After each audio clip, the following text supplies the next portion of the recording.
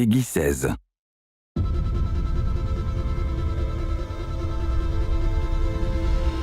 Beyond Light kicks off the next trilogy of stories that we're trying to tell with Destiny. Players are going to go on a journey to discover the true nature of light and dark. It's the beginning of players learning more about the darkness, and in fact going so far as to wield it. It's about leaving comfort and safety behind, walking a different road than one that you may have believed you were destined for. What makes something bad? What makes darkness dark? Who's right? Who wasn't? How are those learnings going to change the characters that you have gotten to know over the last 6 years?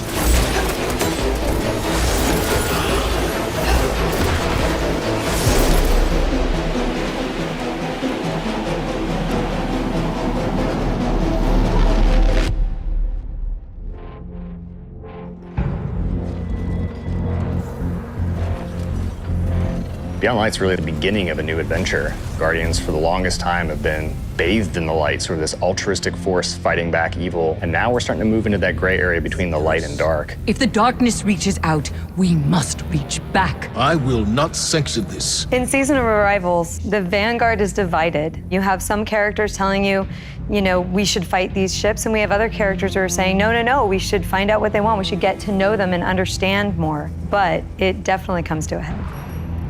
This next year in Destiny is really just about how all the different characters and factions are reacting to these disappeared destinations and what that means as the pyramids have arrived in our system, not for the first time, but for the second time. We're going to see the return of a character who's been absent for a pretty long time in The Stranger, and boy, does she have a lot to say, and she has a lot of time to explain. When I know more, you'll know more. She has shown up to encourage us to take on the darkness, and the only way to truly stop it is to work with it. And here comes our Guardian, right on time. Why did the darkness invite us here? Europa is literally like a time capsule. Europa is huge. Killer destination, freezing cold. Desolate. Some of the most beautiful spaces I've ever seen in a video game. There was a lot built on Europa during the Golden Age, and a lot of that was built underground. Clovis Bray had some research facilities there, really pushing the limits of technology and innovation there, maybe stepping into some things that we shouldn't have. Under the ice, all kinds of secrets. I'm so excited for what players are going to find.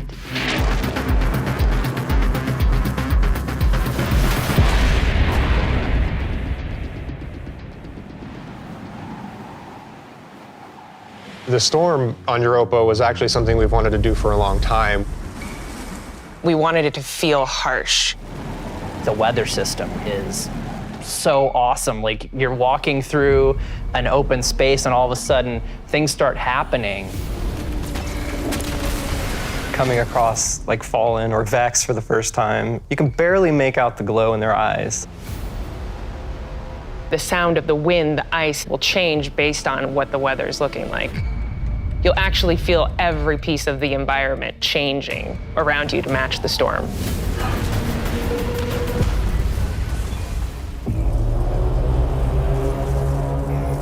Europa itself is a pretty foreboding place. Aramis is there in advance of us, and she set up a forward base.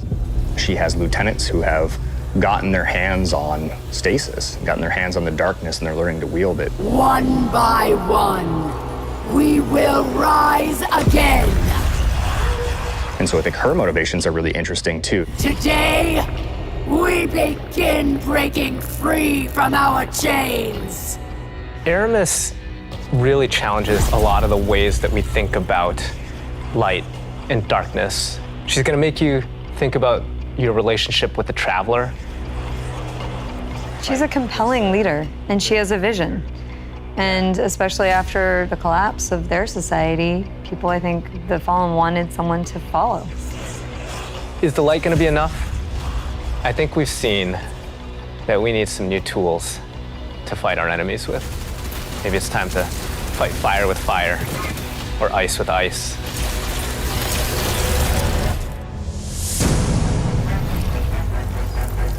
Stasis is, not just a set of new supers, but it's a new damage type. We've got Solar, Void, Arc, and now we've got Stasis. The idea for Stasis all really came back from the gameplay idea of freezing someone. That was kind of the theme that everyone kind of rallied behind. Dima's an amazing concept artist, had some images that really kind of put us on the right path. What really was landing with that was the more crystalline notion. So when we say cosmic ice, that's kind of where the cosmic comes in. Once he freezes solid, I'm able to hit him again and just shatter him into pieces. The pieces break apart and explode into sharp shards that can damage you. So all of that kind of came together when we landed on that theme.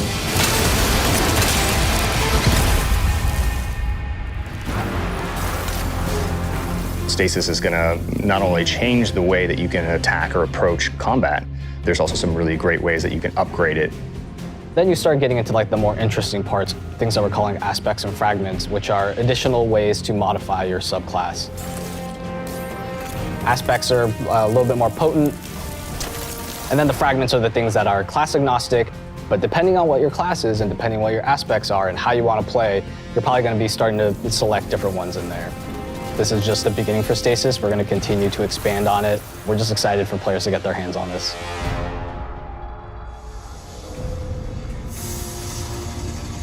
When we're creating a new palette like Stasis, we do what we call a source jam. Everyone on the team blocks out about a week where we can say, okay, you're going to go out into the world, microphone, recorder, record anything that reminds you of cosmic ice.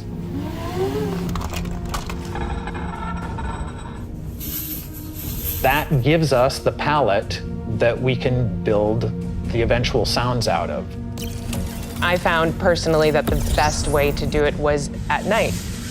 But doing screams, screeches, and blood-curdling yells is a little scary at night.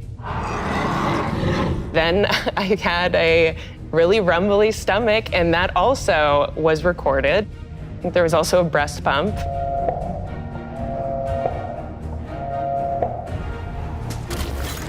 You have to make use of what you got.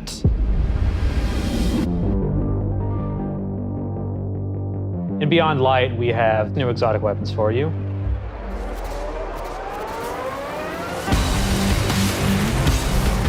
No Time to Explain is coming back. Instead of just being the gun that refills your magazine when you land precision hits, you actually get a little time portal, and it starts spitting out rounds alongside you. You can actually have that on top of the Arc Soul, so you can be your own little mini firing squad if you build for it. Another one we have is the Laments.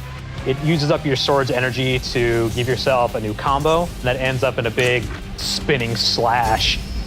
Probably the largest selling point for a lot of people is that it slices right through barrier champions. I think the largest draw for most people is actually going to be the fact that it is a chainsaw sword. Maybe. Yeah. For Beyond Light, we really wanted to create exotic armor pieces that formed a key part of your build around which all the other parts of your build could revolve. For example, the Titan gets the Icefall Mantle, which is a set of exotic arms that looks like it is crafted from Golden Age tech. When you activate it, you sort of slam your arms down, create a burst of stasis energy, and then you cover yourself in an overshield. The Warlock exotic is Necrotic Grip. If you are facing a wave of thralls running at you, you can nail them with your melee attack, and it starts to burst and sort of cascade through the whole group.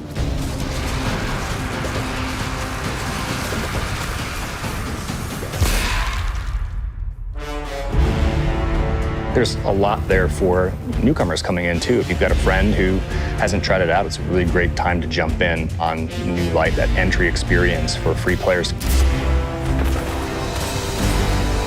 Last year, when New Light launched, we brought back a small portion of the Cosmodrome. This year, we're bringing back a much larger portion of the destination. It takes some of the experiences that started with original Destiny 1, but puts them and stitches them together in a different way and adds new things and tells a different story. What you're gonna meet in this new opening experience is a character with not one, but two names from Fast and the Furious, Shah Han. Thank the light. I didn't think we had other Guardians on patrol here. What I love about the Cosmodrome is it feels like Destiny distilled.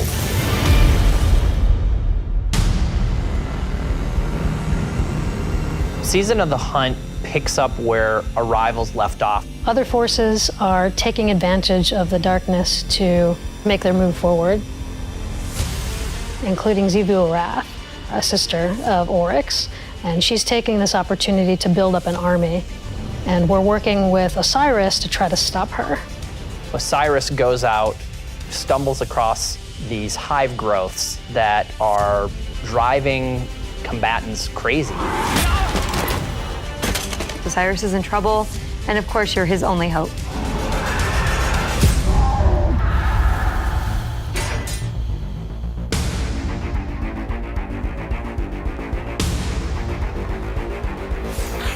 We warned you it was going to be dangerous down here. Impossible.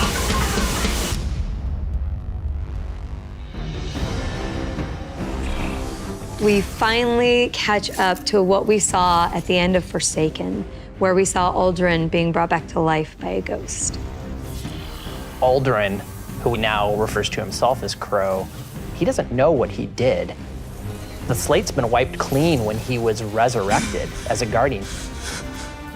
We know what he's done, and we know what he could be capable of doing, so now we're going to spend some time watching him go back and forth, and that's going to question how we look at him, how we look at ourselves, how we look at the light, how we look at darkness. In Season of the Hunt, we're partnering with the Crow and Osiris to take down the High Celebrant.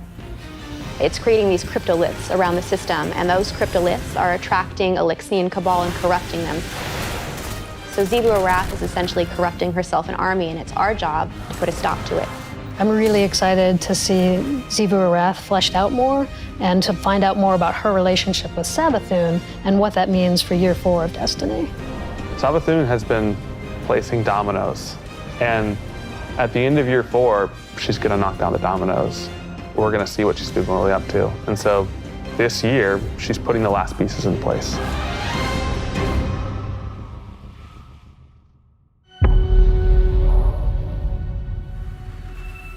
Destiny is just a really incredible world, and there are so many stories for us to tell.